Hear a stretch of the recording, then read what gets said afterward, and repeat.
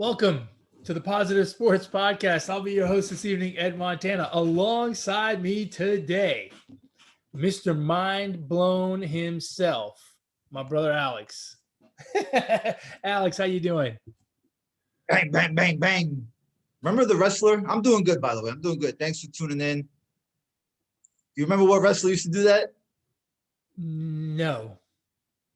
No. Come on. Bang, No. bang, bang. Who was that? Cactus Jack. Oh, that's right. But he wasn't a cowboy or anything. He was just a fucking psychopath. He was just fucking crazy. You know, I've seen a lot of documentaries recently about wrestling, just different characters. And like, it is amazing that they even come up with these characters and how they build it, and sometimes they build it on the fly, right? It's like, Right. it's crazy. It's absolutely crazy how they do it. It's incredible. Absolutely incredible. And it grows. It grows legs, and it catches the attention of us, the fans, right? Like, Yeah. It could be something so little that they do, and we think it's cool, especially because it's probably a younger audience, right? And Yeah. it just sticks, and then they just run with it, and it kind of makes the wrestler's job easy, right? Yeah. Because that's how they get approval if it's a good character or not, right? But you know what's funny? You say that, but like one of the ones I saw was on Macho Man Savage, right? And like he did something and it didn't work, but then Yeah. they ran with it and made him a heel.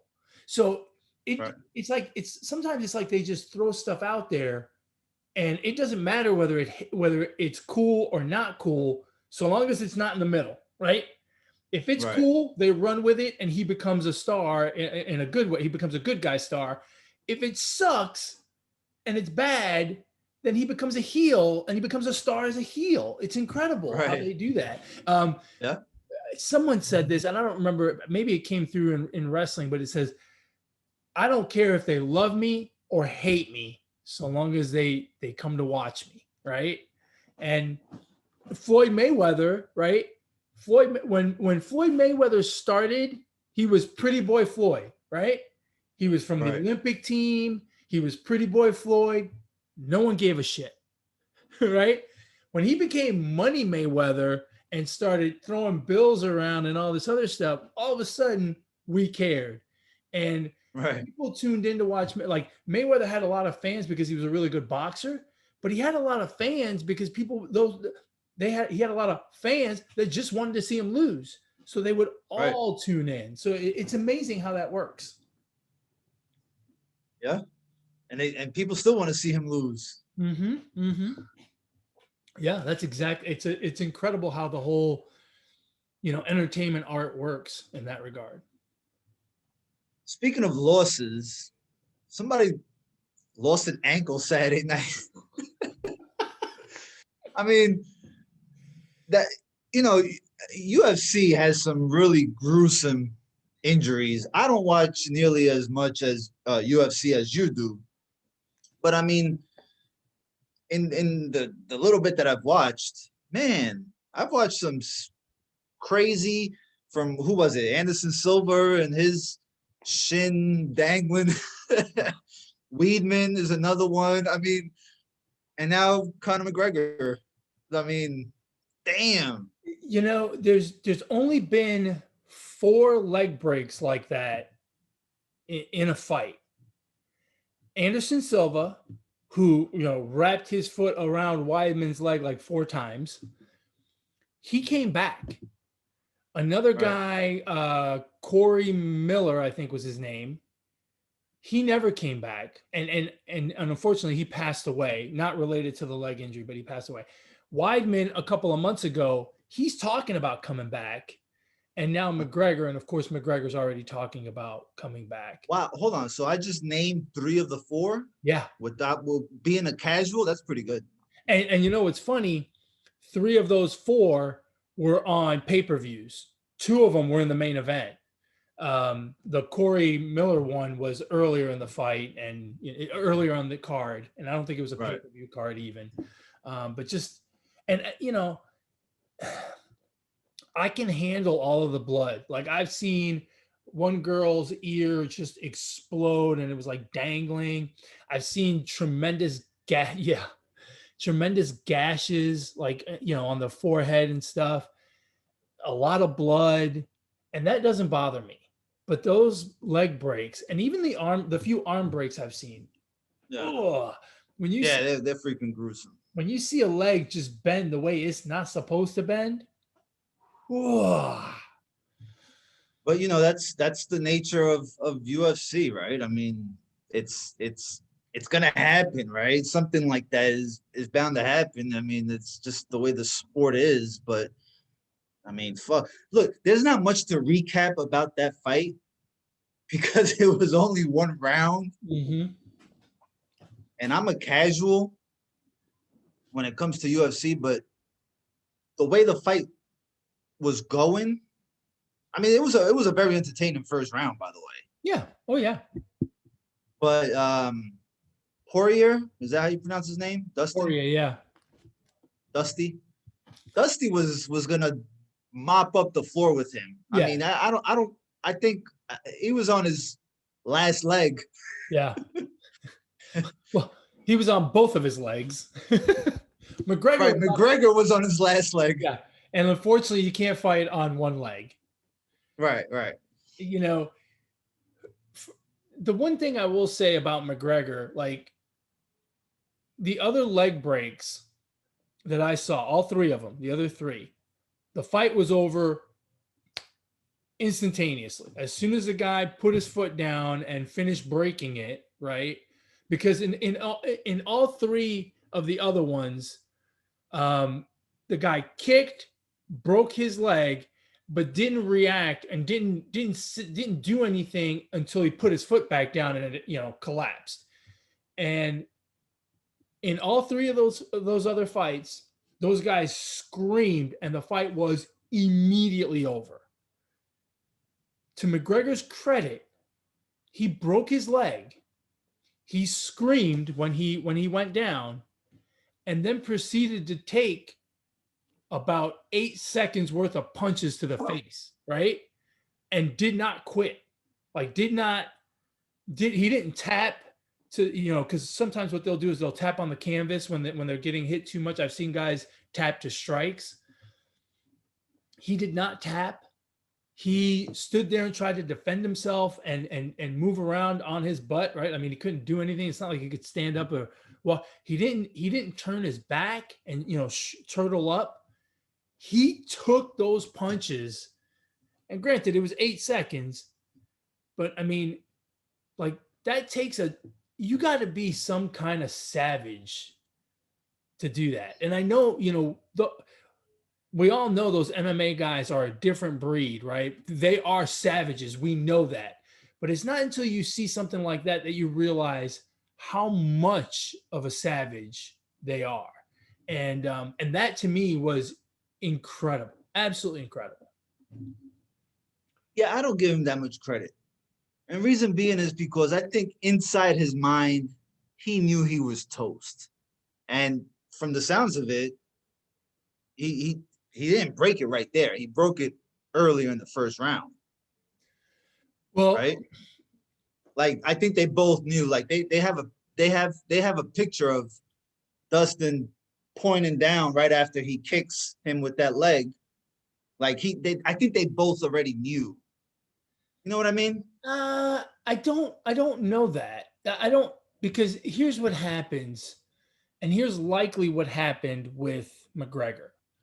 You're right. It's a different kind of break than the one from Anderson Silva. Like when Anderson Silva broke his leg, it was obvious because his leg wrapped around Weidman's leg. I mean, it was ridiculous.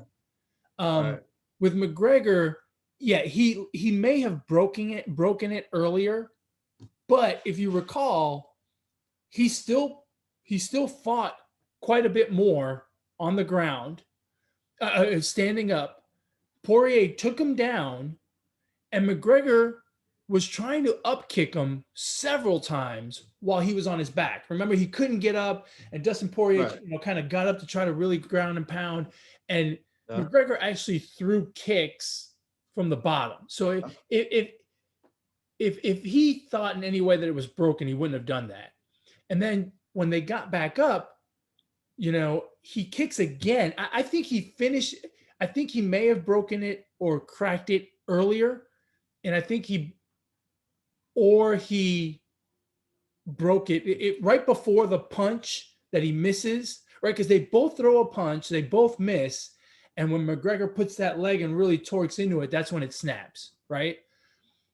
Right before that, he does one of those front kicks to the stomach, and Poirier blocks it with his arm, and it looks like he hits him. It looks like McGregor hits his elbow with that part of his leg. So he may have broken it or fractured it there. Like, I don't think, my point is, I don't think it was like Silva where he broke it in one kick. I think it may have been the kick earlier, the kick right before that when he caught him in the elbow, and then just the torque of the punch. That was the end of that. But man, it's just brutal. There was Where does McGregor go from? Huh? No, go ahead. No, I was gonna say where does McGregor go from here? Because I think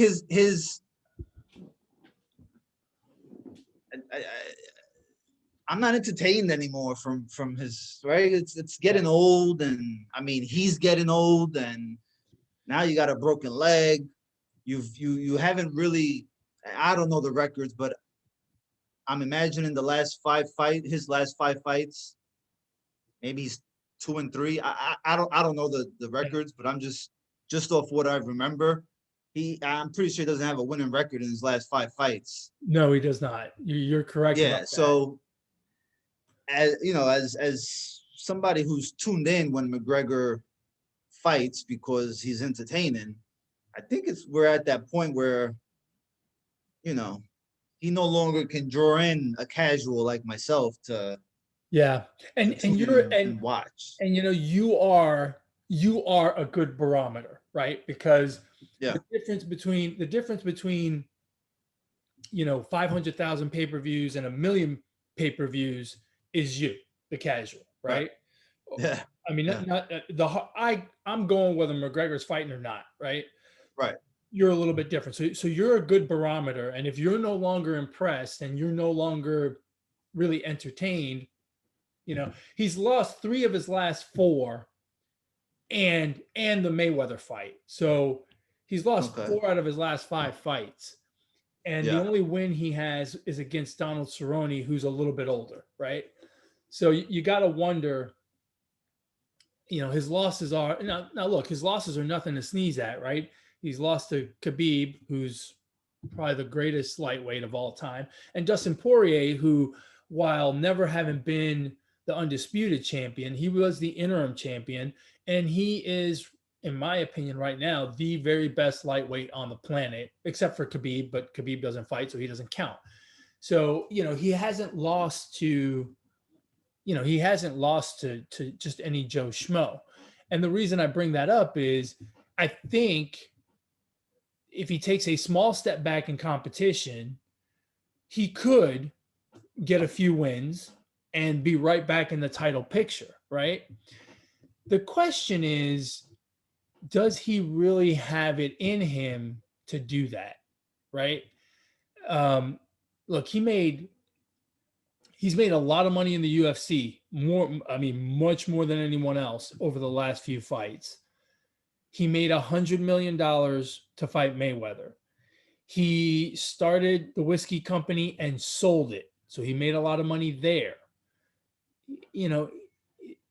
It's hard to get motivated, when you have generational wealth. Like he's got 2 kids. His kids are wealthy.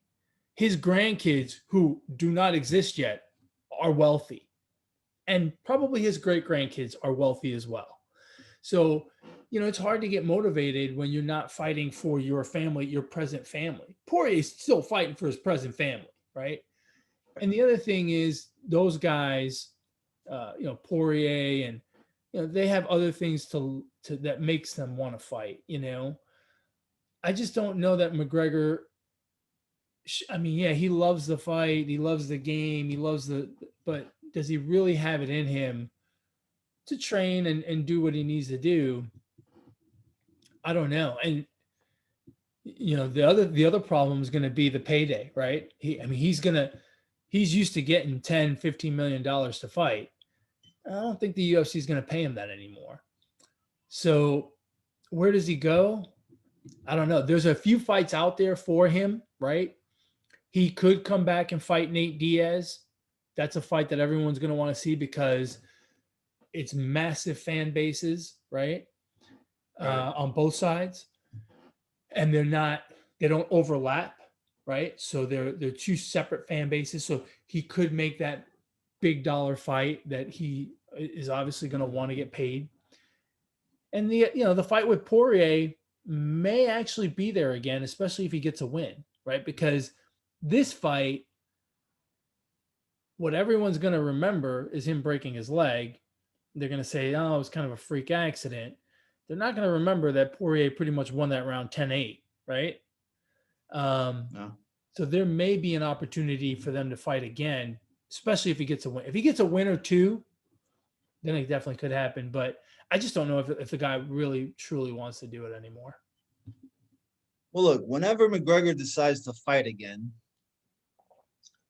I think he needs a fucking translator in the ring with him because I didn't understand one freaking word he said when he was being interviewed on the floor. Get your ass up on one leg, hold on to the cage and get up. And I mean, I couldn't understand nothing the guy said. I'm like, people want to talk about Ohtani getting a translator or whatever. I mean, McGregor needs a translator, okay?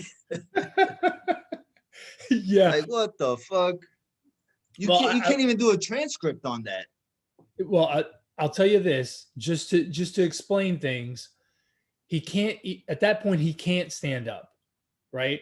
Because if he stands up, the blood rush into that broken bone area is really bad from a medical perspective. So just FYI, that's why he didn't stand. And get him a stool or something. You're right. I couldn't understand a word he said. Nobody could. Yeah. You know what was incredible about that too was he was promoting the next fight. Like he was already promoting another fight with Poirier. Yeah.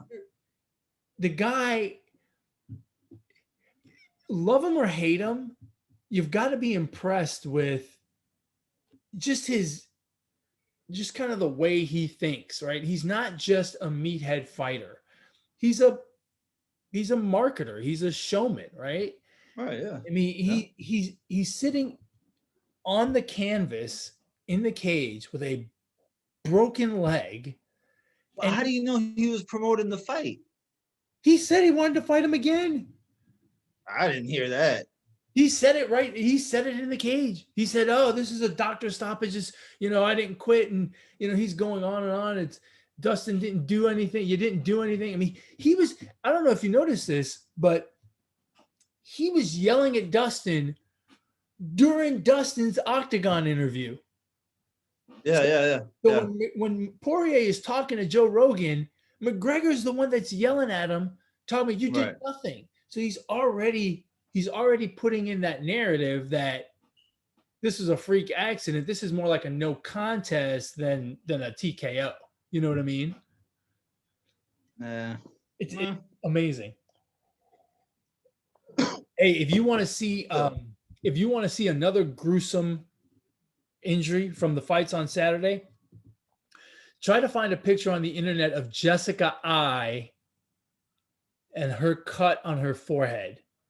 It looks, ironically, like an eye. It is a gash. Like right here in the middle? It's right in the middle. I mean, it's a little triangle of eyes that she's got. And of course, her name is Jessica Evil Eye, right? It's just, I mean, the irony of it all is hilarious. But 13 stitches to close it up. I saw it on her Twitter. She's got a before and after. And it is, I mean, you can see her skull crystal clear because the cut is, because it's right here, I guess it's not just a slit. It's almost like it's like the shape of an eye. Yeah. and it's smack dab in the middle of her forehead. It is gruesome. She bled a ton. But again, that didn't bother me. But then seeing McGregor's leg break. Ooh. Yeah. Yeah, I don't That's know. I awesome. don't know what's yeah. I don't know what's next for McGregor, but it does not look good. It does not look good going forward. No. And quite frankly, I don't think he should fight Poirier again because you could tell during the week he was saying stuff trying to hit, even his showmanship was not on point.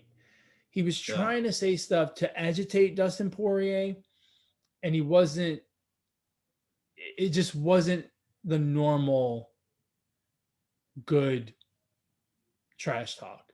It was poor. Yeah. Right.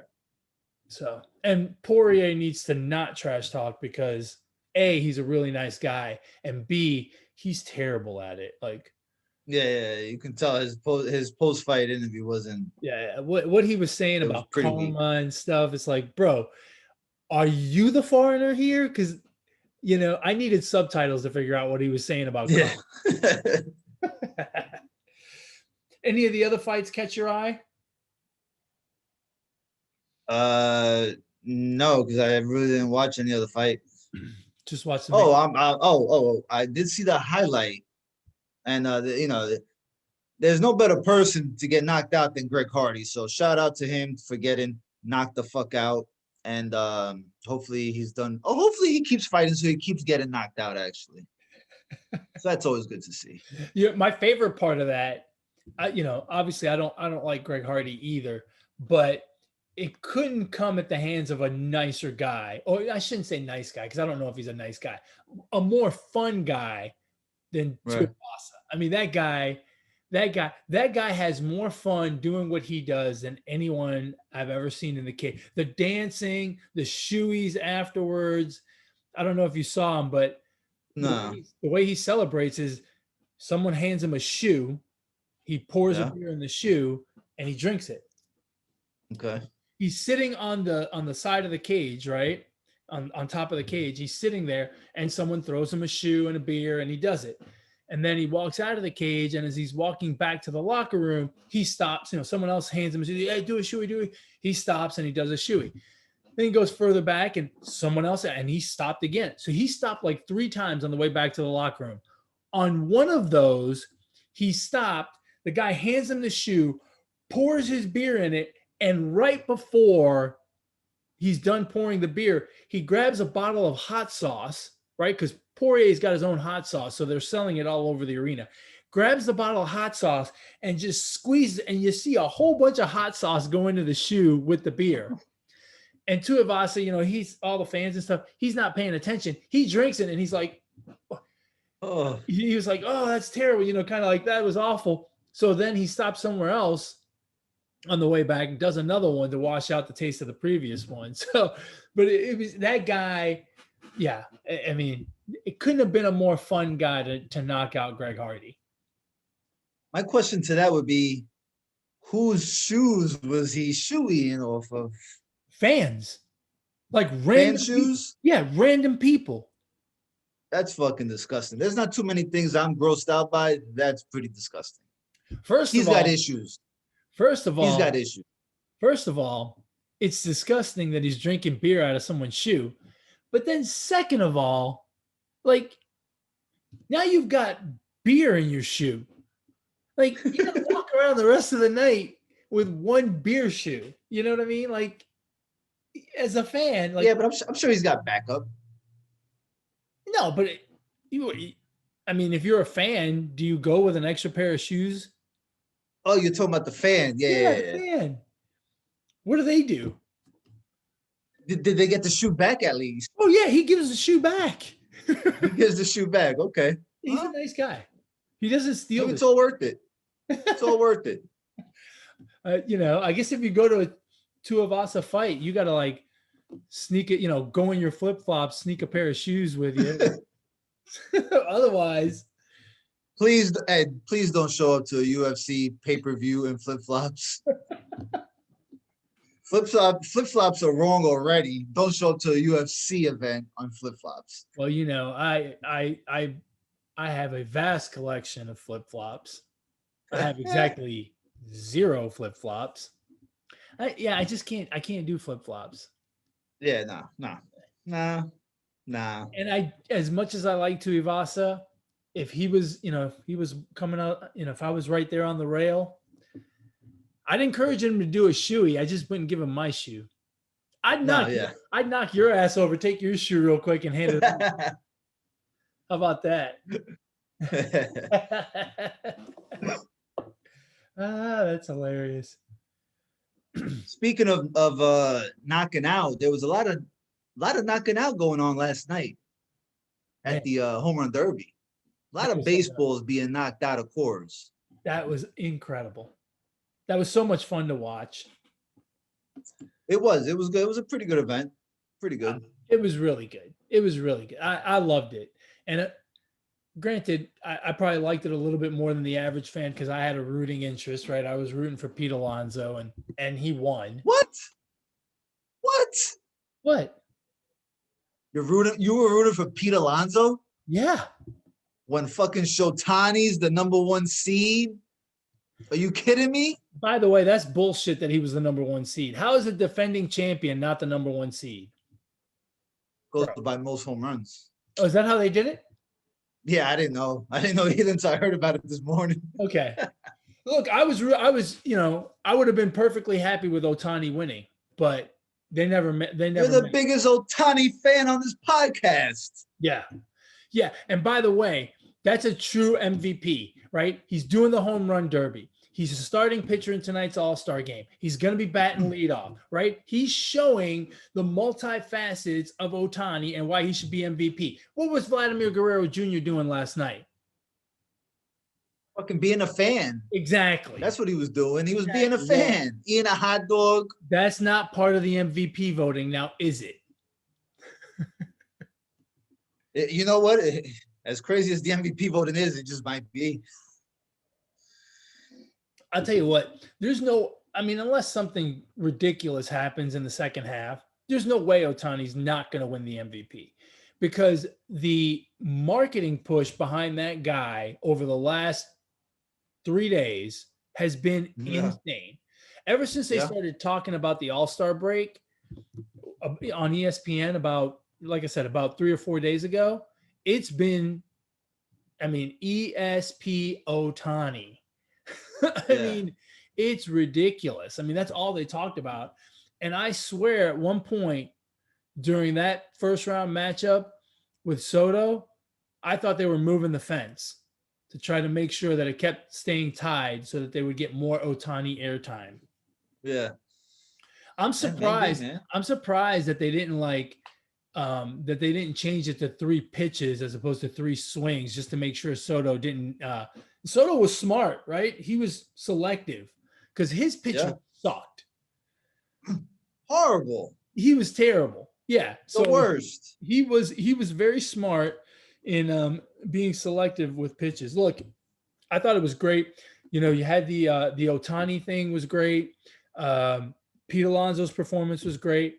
Trey Mancini, his story, the more press that story gets, the better. Trevor's story, at least making it out of the first round, the hometown guy, right? That was great. It was a lot of fun. Yeah, it was. Yeah, I don't know. It's hard for me to get excited behind the home run there. It's exciting, but you've seen one home run, you've seen them all, and they're all gonna be moonshots. I think the key to the home run derby is the pitching. Right? Because look at Alonso's fucking guy was on the spot, man. In that bonus minute in the final, that guy, Alonso hit 6 straight home runs. That guy put 6 pitches in the same exact spot.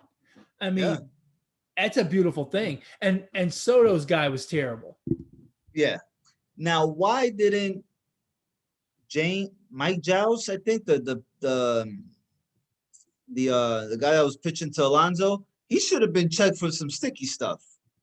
I mean, he's got a lot of control for a 68-year-old. Hey, speaking of funny stuff that happened last night, did you notice that the only pitcher to get warm-up pitches was Ohtani's pitcher?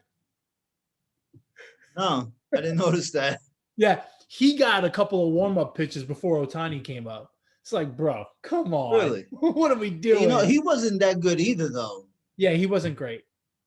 Because I think Ohtani likes him a little Higher. letter high, and he wasn't really throwing them there. Although, if you look at the distribution of his 33 home runs, most of them, obviously, the ones in the middle, right down the pipe. Yeah. But he had more below the middle than he did above the middle. Really? Yeah, because I've always thought of him more as a high ball hitter, but apparently, for bombs, he likes them low. The one he hit in Seattle last week was incredible. I mean, that was ridiculous. But yeah, that was like Sunday. Yeah. It was a lot of. I thought Saturday. I thought the home run derby was a lot of fun. And let me ask you a question: which is better, the home run derby or the slam dunk contest? I probably have to side with the home run derby. Yeah, I agree. You know why? No judges. Oh, yeah. Either the ball leaves the yard or it doesn't leave the yard. Right. Right. And there's no controversy. It's clear, right? Although there was some controversy last night. I mean, who was it? Olsen and I mean, they gotta be more clear on the rules. Someone threw the baseball with a second left, but it got hit with 0 seconds. Does it count? Does it not count? That was the difference right there. I think the way it works is if they throw it before the buzzer, then then it's good. Yeah. Look, those guys weren't going to win anyway. How'd you like to be? How'd you like to be Salvador Perez, right? You come up in the first round, guys are hitting 20, 22, and your guy hits 35. Yeah. Bad spot. Yeah, unlucky. I think everybody who participated did a good job because I thought the seats were going to empty out after Ohtani got upset in the first round, and I mean it was pretty much a packed house. And look, even that first round was exciting. Look, the first two matchups were decided by one. And then you had the third matchup, Pete Alonso, who hit 35, which, was just incredible. And then the Ohtani Soto matchup was good, right? Like, oh yeah, that was good. It came down to the last few seconds, and then overtime, and the overtime came in down to the last few seconds, and then you had the three swing off and stuff. So I thought the first round was great. And then you had a real big letdown because then you had Mancini and Story, and I think that one ended up like 12-11, right? Because they both got tired. Which is kind of interesting, but Pete Alonso was the star of the show last night. I mean, he was just, and he was dancing the whole time. It was just something we've never seen from him before. He's not, he's not the most charismatic guy in the world, but all of a sudden it's like he's got personality. I think he is, man. I think he is, and that was good to see, especially as a fan of the Mets, because I think he's all about making the game fun. Yeah. You know what I mean? And so it might be a shock to some people that he was dancing or whatever, but I think I think he's got a little bit of that in him. Well, obviously he does. He just doesn't show it. Like, he doesn't show it very often. And last night it was just on full display. He doing the little spin thing on the chain. I mean, he was just dancing the whole time. That girl, that kid or whatever in the outfield twisted their ankle, had to be helped off the field, and he's still at home plate dancing. It's like, hey, Pete, I get it. You're in a groove, but Hey, he's trying to win, man. He's trying to win. I think, hey, did you get the impression that his feathers were a little ruffled about all the Ohtani hype? No, I not at all. I kind of felt like he was. He was like, I can't No, hear. I think honestly, man, I think that's just in his nature. I think that's what I mean. He just wants to do well all the time, and he gets so upset when he strikes out and when he's in a stench during the season. I think that's just him. And I think he's all about just having fun out there. Did you? I think this was during Juan Soto's one of his at bats, or during the home run derby. He hit a line drive to right field, and this kid's glove just went flying. Do you remember that? I think the ball went further than the ball did. Yeah, I saw that. I'm like, whoa. I was, some of those kids, I couldn't help it but laugh. But some of those kids were like, That kid didn't have that glove on all the way. There's no way. I mean, that thing went flying, bro. I mean, he might have had it on all the way. I mean, See, he's now, not used see, to catching fly balls like that. see, now for that one right there, I would have been all in on Statcast. I would have liked to have known how fast that baseball traveled. That it took the freaking glove and almost the handoff of that little kid. Hey, let me ask you a Seriously. question. Do you believe the numbers on those home runs, the distance? I hate to be rude, but I don't give a fuck. I don't care. I don't know. I don't know. I've never really thought about it. I feel like those numbers feel padded to me. Like there was one I remember, I think it was Olson that hit it. It barely cleared the fence, and it was not like in right field. It barely cleared the fence, and they were like 415. I'm like, it's only 370. How can it be 415 if it barely clears the fence? Like, does it really go 40 feet after it clears the fence? It wasn't a line drive. It was just, it just barely made it out. I've often thought those numbers are kind of inflated. And you know what? You may have a point. Maybe for the home run derby, maybe they're inflated a little more, right? Yeah. Just to get the oohs and the ahs out of the crowd and the fans at the house, right? Yeah. No, I agree. Could be. Just incredible. And the other thing that I find interesting with the home run derby, every year, people think it's easy. You just got to swing and hit it and just hit it, right? It takes a certain amount of stamina, because if you've ever swung a bat hard, like when you're in the cages, I don't know if you've done this as an adult, but I have. I go into the cages and you just put the quarters in and get 10 balls or whatever. Man, after 10, I'm kind of tired. Like it's hard to swing that hard 10 times in a row relatively quickly. And those guys are doing it, they probably get what? In 3 minutes, they probably get 45, right?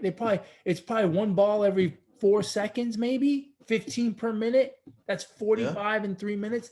That's not easy to do. Like I think people underestimate how tiring that is. It's almost like you have to have stamina, not just good contact and power. Oh yeah, I agree. And then you got to multiply that 45 by 3, right? If they go all the way. Yeah, That's a lot of that's a lot of pitches, man. That's a lot of swinging, right? That's a lot of swings. So anyway, the All Star game is tonight. Are you excited to see the stars? Yeah. I'm excited because you'll get some players that are mic'd up. You get some interviews, and the guys just kind of taking a break from wins and losses, and just kind of going out there and having a good time. Yeah, I agree. You get old teammates back together. You get childhood friends or whatever. I mean, it's good stuff. I agree. I'm a big fan of the All Star game, and I don't miss it. And part of it is I'm a baseball junkie, but I really enjoy seeing those guys out there. I mean, you're right. It's a no pressure situation that they're out there having fun, and it's good stuff, man. It's the best players that we have, and instead of trying to catch them on this channel and that channel and this game and that game. You got them all in one That's right. place, right? Like we'll get to Yeah. see, on a typical day, you got to you watch Guerrero early in the game and Ohtani late at night and Tatis mid-afternoon or whatever, and now you get to see them all on one stage. I think it's great, and to me it's my favorite of the All-Star games. So Yeah. I'm really looking forward to it. Now it no longer counts as whatever league wins the All-Star game gets the home field advantage, right? Okay. No, they did away with that stupid thing. Okay. That All was right. dumb. All right, good. Yeah, that was dumb. I'm glad they did away with that. Yeah. Speaking of doing away, did you hear that it's likely that they will do away with the 7-inning doubleheader and the man at second to start extra innings in 2022? Man on second. I mean, yeah, that should have never even have been a thought. But yeah, I'm happy to hear that one. The 7-inning doubleheaders, I kind of like it. I kind of don't. I don't really go either way. I It's go whatever. back and forth with that one as well. Yeah. Look, when you have good starting pitching and your bullpen's not great, those 7-inning doubleheaders are awesome, right? Right. But it's just like the Mets, because of COVID issues early in the season and bad weather, the Mets are going to play a ridiculous amount of doubleheaders this year. And it's kind of not fair, like it's probably not a huge advantage, but it's just kind of not fair, right? That you're letting the whims of weather dictate how many innings guys play. Yeah, it's I don't know. The man on second thing was an interesting wrinkle, but like once you've seen it for a while, it's like whatever. Yeah, I just for baseball, I just don't like that. I mean, it's like in basketball, if the team start off the game with 2 free throws, like why? I mean, they're fucking gimmies. Like, I mean, you can literally move over. The runner on second could score without a base hit. You could literally just butt him over and then squeeze him in. I mean, yeah, nah, I can go away with that. Yeah, I agree with you. I'm okay with it being gone. Like I said, it was interesting for like the first month. Now that I've seen it, I'm like, don't like it. Yeah. I think most people baseball. Yeah, I think most baseball fans feel the same way. Yeah. What's been the we're through halfway through the season. What's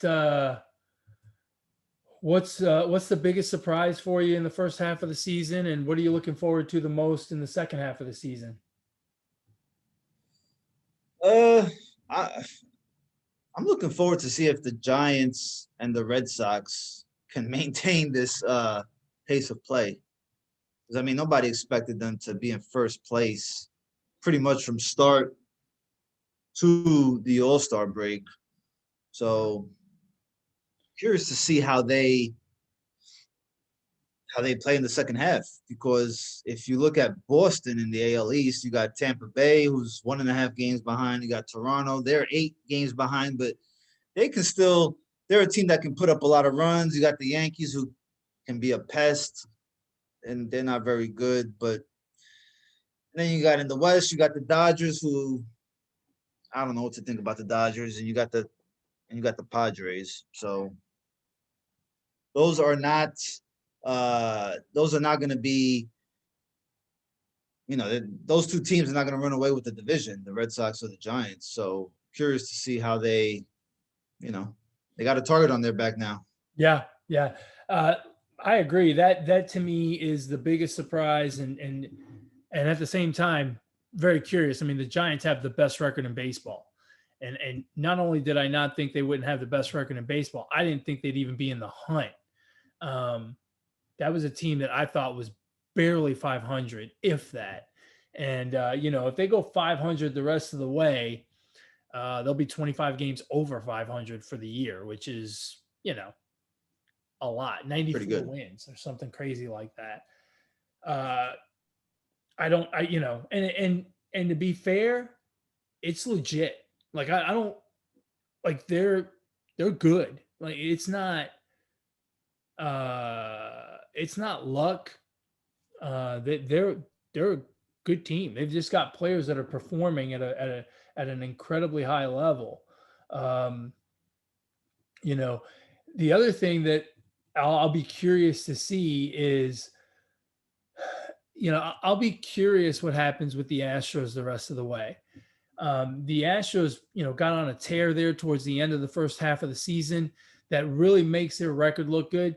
But that pitching staff, to me, is still not, it's not the pitching staff of a 100-win team. And so I wonder if it's not going to catch up to them here sooner or later. And the other surprise, quite frankly, is, and it's kind of a surprise, kind of not, the Mets, have a 3.5 game lead in the East, and I'm not surprised that they're as good as they are, but the rest of that division is poor, and it's not looking like it's going to get better. The Phillies bullpen is a disaster.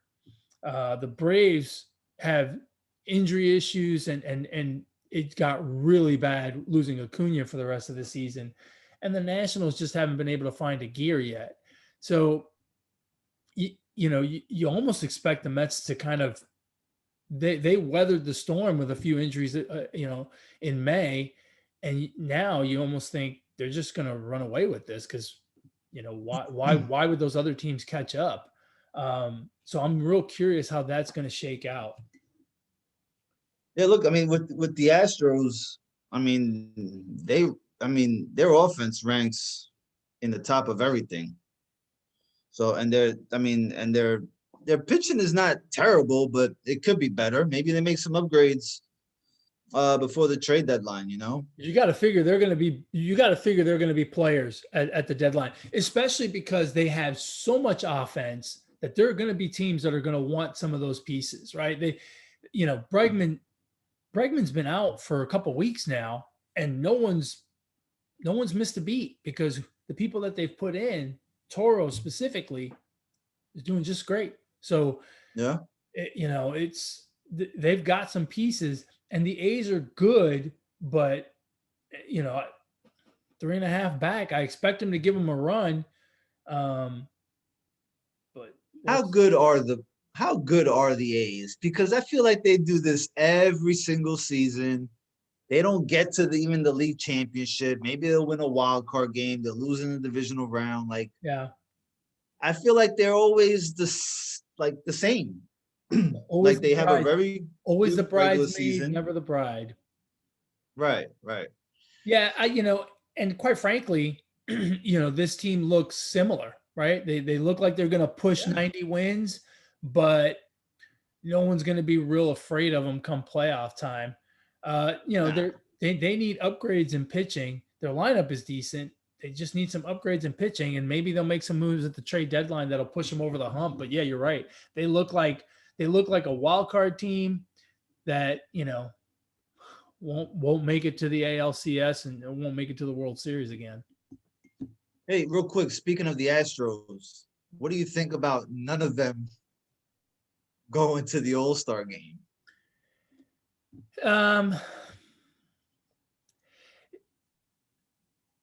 It's the Astros have an organizational issue. As an organization, it's just not good. I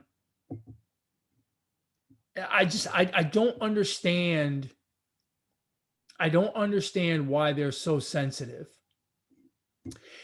Look, if because they're embarrassed. Well, they're embarrassed. Yeah, they're embarrassed, but you know what? At the end of the day, you got to keep your ring. So who cares? Who cares, right? And the more you do stuff like this, the more it continues to be a topic of conversation. So now, and they like that.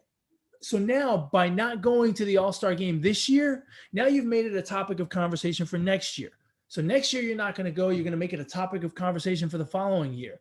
It's just, to me, it's just dumb. It's dumb. First of all, whether you care about the fans or not, whether you care what people think about you or not, at the end of the day, going to the All-Star game is a privilege.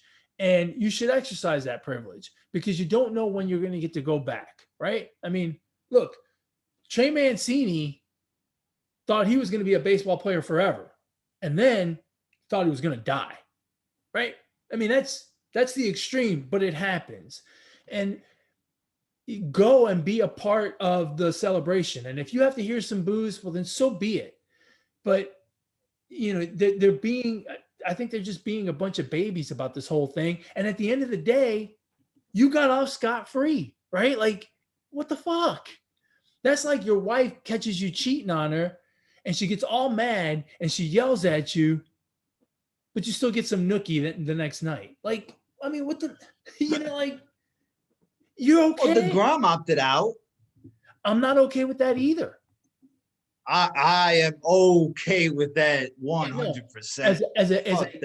As a Mets fan, I'm okay with it. But as a baseball fan, I'm not okay with it.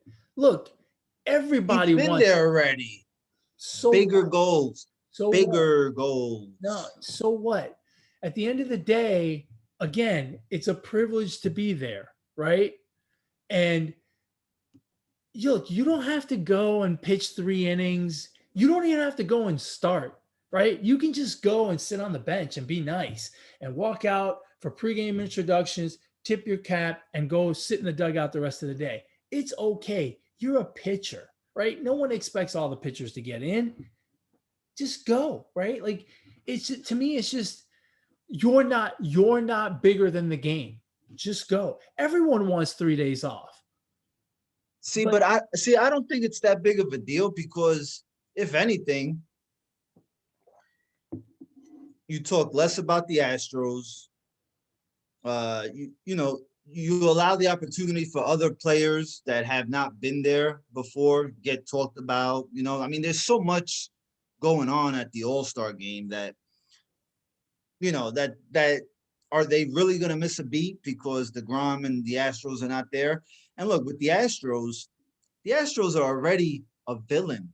So, and I'm gonna be honest, I kind of like this team as a villain. I think they know how to embrace it well.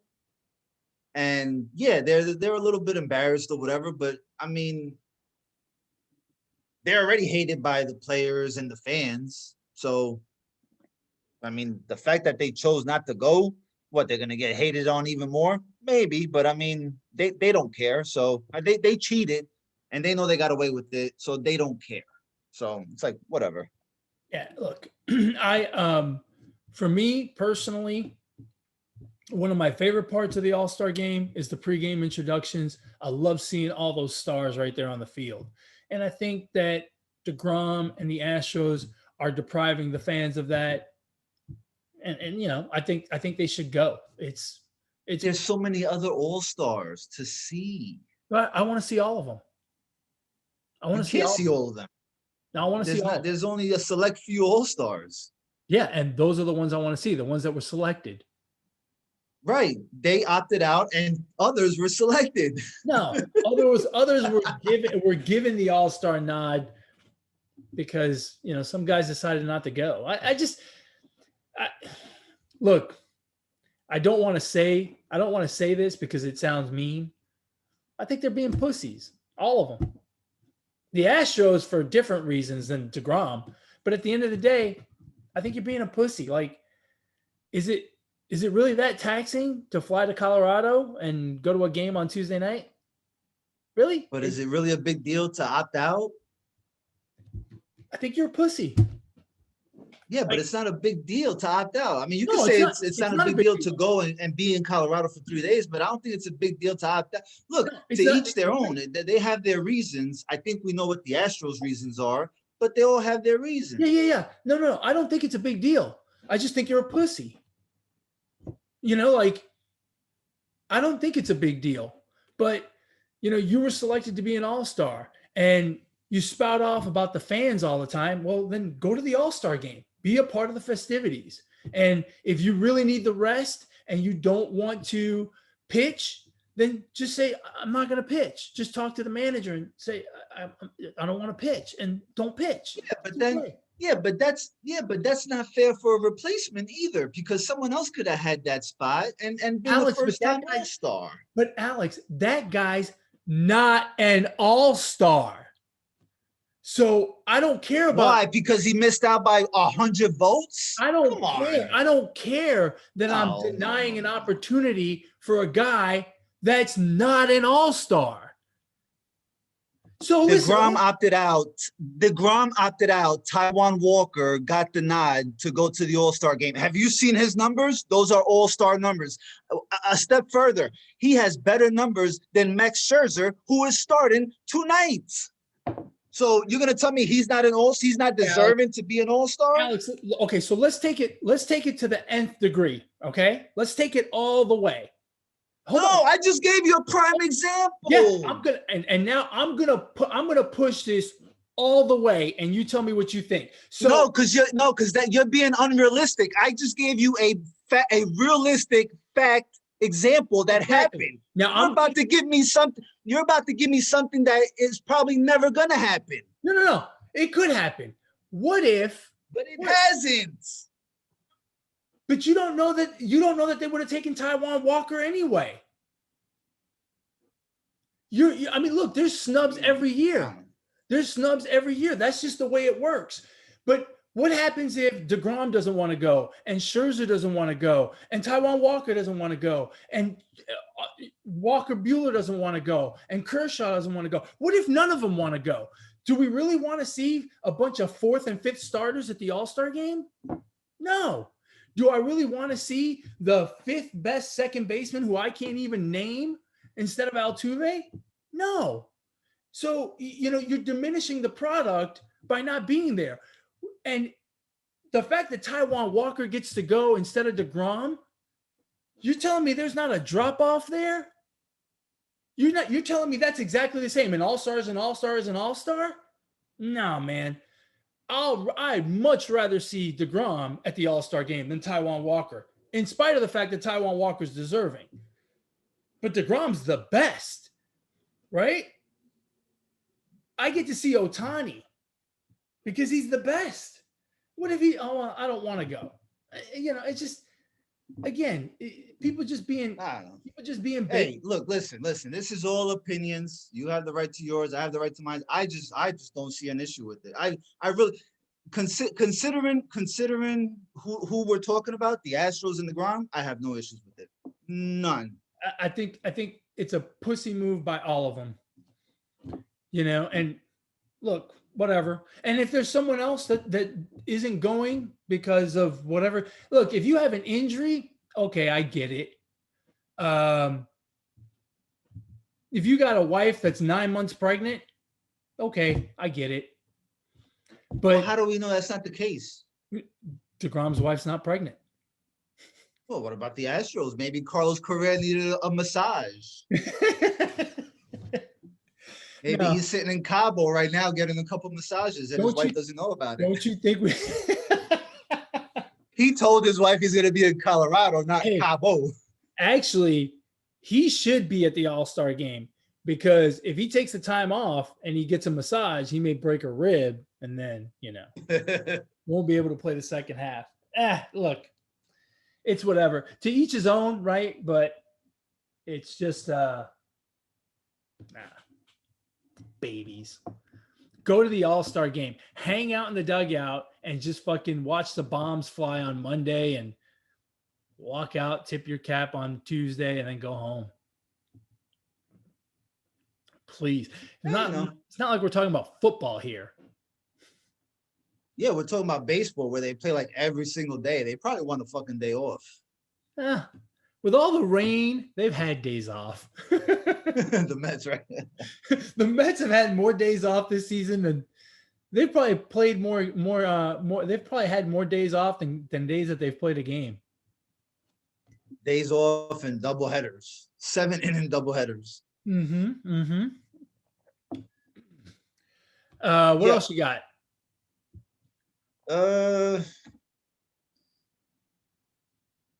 in baseball, I don't know. I don't know. I'm just excited for the second half to start. Um,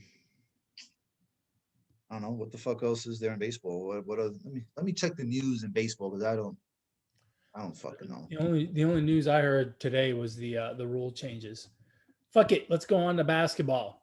Can they play double headers in the NBA final so we can get this over with? You know, It's not over yet. now, you know what? I hate to say this. I think it's over. Like, I picked Milwaukee, and I think it's over. What I've learned from these 3 games is the Suns have more stars than the Bucks. I mean, the Bucks look more and more like Giannis and 4 other guys, and the Suns, Paul and Booker do their job. Aiton is doing his job. Uh, who's the other guy? Crowder's doing his job. And if it's not one, it's both. It just it feels more and more like the Suns are just more complete. At least that's the way it's felt to me over the last 3 games. If you look at some of the numbers, the Suns are shooting better. They've got more assists, less turnovers.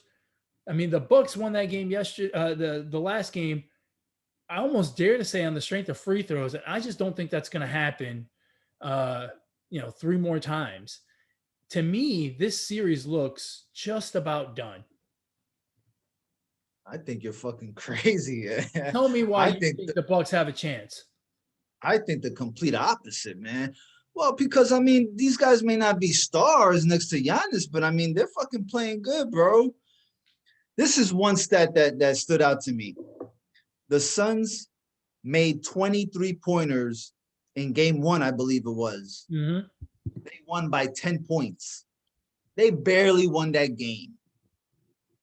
I had no doubt the Suns would win game two, and I had no doubt that the Bucks would win game three. This is a series. I think this is a series, and I would not be surprised at all if the Bucks were to win this series. Wow, you Yeah. have a lot more faith in them than I do. I just don't. I don't. I I, just don't. I don't think that's being fair to the Bucks, man. I mean, they're playing good basketball, bro. Yeah, no, they're They're playing playing good. good.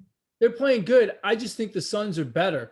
The Suns have shot better. The Suns have shot better than the Bucks in all 3 games, both from the field and from 3-point land. Except I think one game they flipped the 3-pointers, and they shoot a hell of a lot better from the free throw line.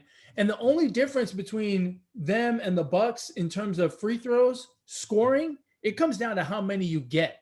So if Giannis and company don't go to the line a ton, they get outscored from the free throw line by the Suns just on sheer percentage, because the Suns are going to shoot 90 and the Bucks are going to shoot 60.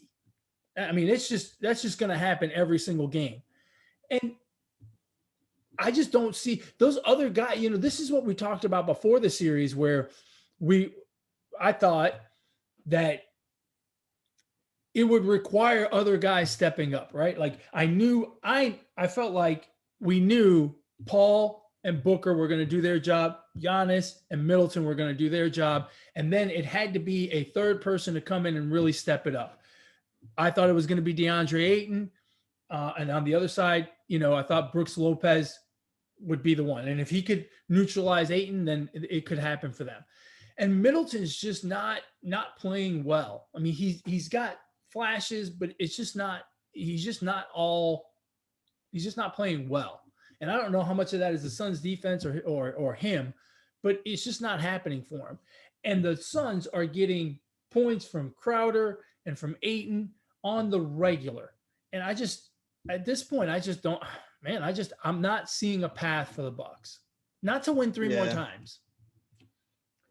Yeah, no, I think the Bucks. I mean, I don't know.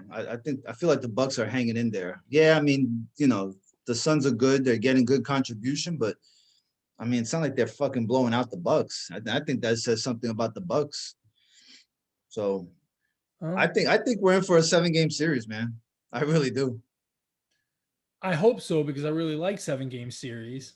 But hey, did you speaking of 7-game series, did you hear that the goalie from the Tampa Bay Lightning played with a broken rib in the Stanley Cup Finals? A broken rib? No, I didn't hear about that. Have you ever had a broken rib? No. I've had bruised ribs, and I'm telling you, it's hard to breathe when your ribs are injured. Yeah. I can't Yeah. imagine playing goalie. You know, like you're already hurting, and you gotta like sit there and say, "Hey, puck, come hit me." Well, at least he's got extra padding, so his ribs don't get hit with the puck. You would hope, man. Anyway, yeah, I don't know. The Suns look good to me. Well, we'll see, man. We'll see. I think I'm still going with 7 games. That was my prediction Game in the four, first place. Game 4 is tomorrow night, right? Yeah. It's tied up after tomorrow. It's tied up. I'm telling you. Bucks at home, man. They play different. So Yeah, well, unfortunately, whether it's tied up or not, they're gonna have to win one in Phoenix. Otherwise, they're gonna lose. well, we'll cross that bridge when we get there. Right now, they're focused on game 4. No, we'll see. We'll see. Are they still doing 2-3-2? No, they're not. Oh, excellent. I don't like 2-3-2. I do because you got more likely of a chance of getting 1 day off instead of 2 days off. If you have 2-3-2, I like 2-3-2. I don't because I don't think the team that has home court advantage should ever have played more games on the road than at home during a series. So if Phoenix has home court advantage, after game 5, they will have played 3 games in Milwaukee if it was 2-3-2. And I think that is, philosophically wrong. Right. I hear what you're saying. That's just my philosophy. I was not a philosophy major in college, but I have philosophies. Well, it's never too late to be a philosopher. I think I'm a philosopher in a way. Isn't a philosopher just someone who has a philosophy? I have a philosophy. And I'm a philosopher too. Yeah, we're all philosophers. I don't know what my philosophy is, but I'm sure I'll get one and I'll become a philosopher. Doesn't the word philosophy sound more and more dumb the more you say it? The more I say philosopher, I feel, how many syllables is that? The longer we go on in this conversation, the more I sound like a complete idiot saying the word philosophy. And that's a good philosophy to have, that you sound like an idiot. That's another one of my philosophies. That saying the word philosophy sounds idiotic. Yet I have not just one, I have multiple philosophies. So you're a philosophist. Oh, yeah, for sure. I practice philosophism. You, on the other hand, are anti-philosophist. No, I'm a philosophist. Don't insult me like that. I think you're against philosophies. Therefore, you're an anti-philosophist. Hey, man, I didn't graduate 3rd grade, but I know all about philosophers. Oh, really? Can you name a philosopher? Brooklyn Gaucho 1 on Twitter, goddammit. You better go follow him.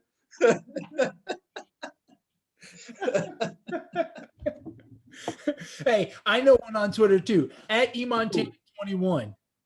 So if you follow him, you'll get into that philosophy.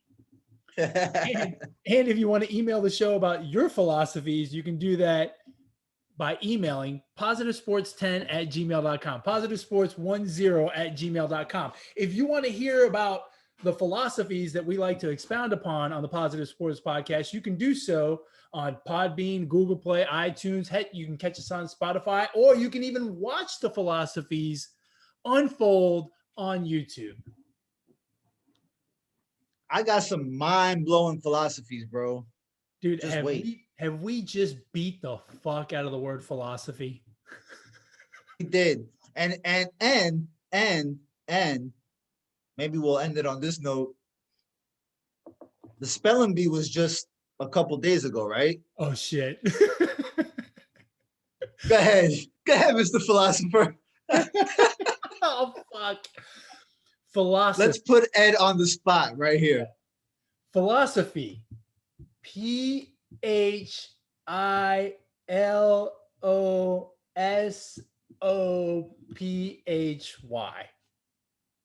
Man, bravo. You didn't even have to ask for the country of origin or nothing like that. That's pretty good, bro. Can I have the root, please? Well, the root. You know what the beauty of that little putting me on the spot thing is I knew I didn't need the root because I knew I was in a win-win situation. How's that? Because I knew that even if I spelled it wrong, you wouldn't know. Yeah, if you would have ended it with like SOFEE, I would have been like, shit, you're right, bro. You won. Philosophy. FELISEFEE. Philosophy. See, I'm so Brooklyn. I would have spelled it like the shoe brand Fila, philosophy, FILASOFEEI.